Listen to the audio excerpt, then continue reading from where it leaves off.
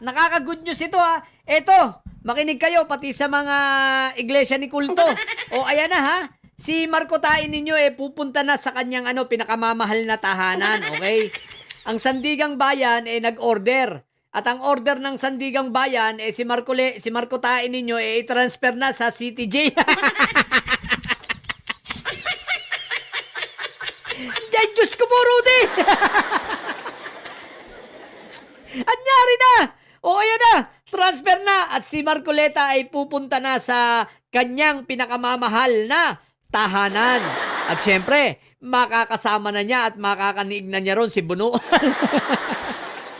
Ay, teka, nandun na ba si Bunuan? O naka-hospital arrest pa rin?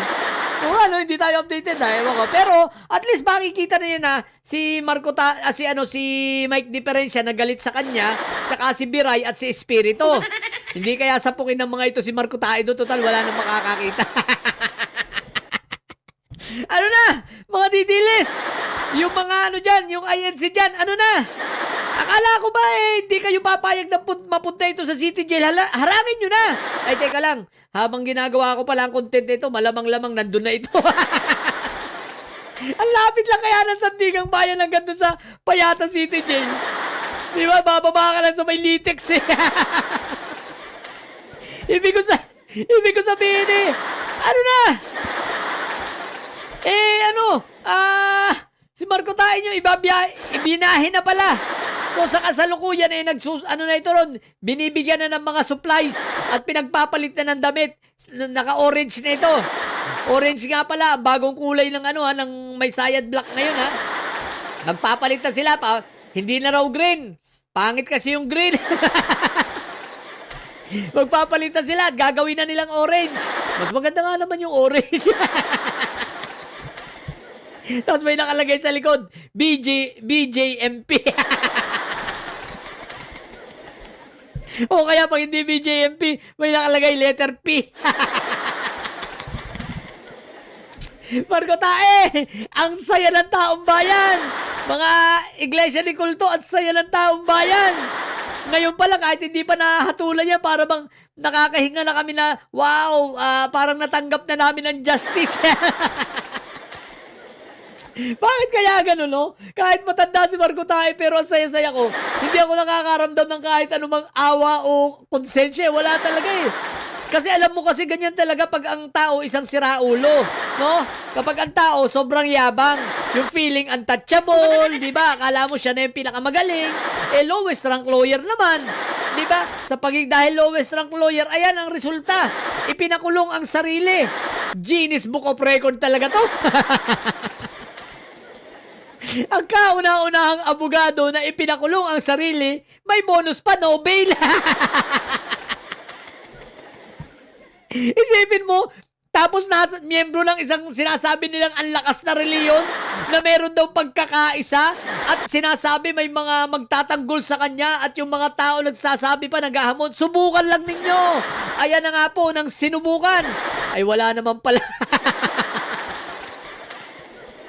So, good luck sa'yo Marco Tain At least, enjoy mo ang kulungan. O, di ba ga? Sabi ko sa'yo yung karma, pag dumating sa'yo yan, may hirapan ka talagang lusutan yan. Kinarma ka sa kayabangan mo, kinarma ka sa akala mo kasi untouchable ka. O, di ba ga? O, di tuwan-tuwa ngayon ng taong bayan. Sinasabi mong taong bayan ngayon, tuwan-tuwa na nakakulong ka. Dahil kung hindi yung mga yun natutuwa na nakakulong ka, kahit parali lang iglesia at pagtatanggol sa'yo, di sana sumama ang mga yon, nakiisa, ang tanong ko, bakit wala nakiisa? Ultimo nga yung mga miyembro na ninyo, hindi nakiisa Bakit? Dahil ayaw nila sa'yo, di ba ga? Ngayon, ang gawin mo, tumiwalag ka na. Pero mag-iingat ka ha, alam mo na. Baka pag nilabas mo ang mga alam mo alam mo na ang sinasabi ko. Kaya mag-iingat ka rin. Pero maganda tumiwalag ka na lang. Ibulgar mo na lang. Total, nandiyan ka naman. Nakakulong ka na. So, Marco Tain, enjoy ang kulungan. Ang sarap ng buhay mo dyan sa kulungan. Ang gawin mo, magbaliw-baliwan ka na lang. Magtapon ka ng mga tae ng mga ebak sa mga gilid-gilid. Habang tulog sila magdiferensya, bigla kang umebak, isalpak mo sa pagmumukha nila. Magbaliw-baliwan. Magbaliw-baliwan ka, kundi ang lipat mo mental. Baka akala mo, Marco Tae, pag magbaliw-baliwan ka, lalabas ka dyan. I-isolate ka lang, no? Anong tawag dito? Yung, sa isolation. O kaya naman, dadaling ka sa mental. Kawawang aso ni Sayan. Marco Tae! Ang sarap mong asare! Si Pentaboy mamamatay sa ICC. Nakakulong. Si Marco Tae mamamatay na rin yan. Dyan na rin sa City Jail.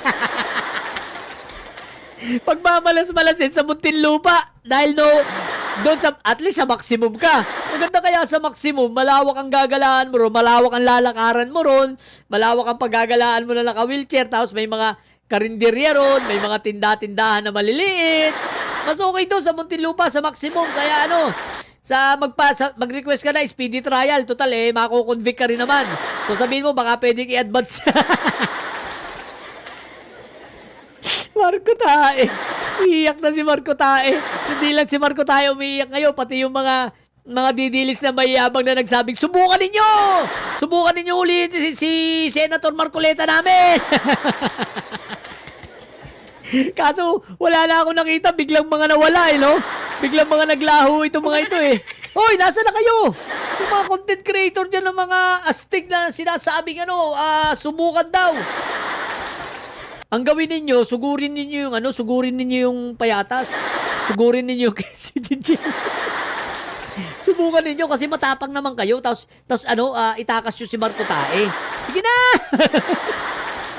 What the heck? So, guys, mga kababayan ko, nakakatuwa po at ito po ay isang malaking accomplishments para sa mga pulis natin at kay Ombudsman at syempre sa Sandigan Bayan at sa ating mga kababayan. Panalo tayo dito, no?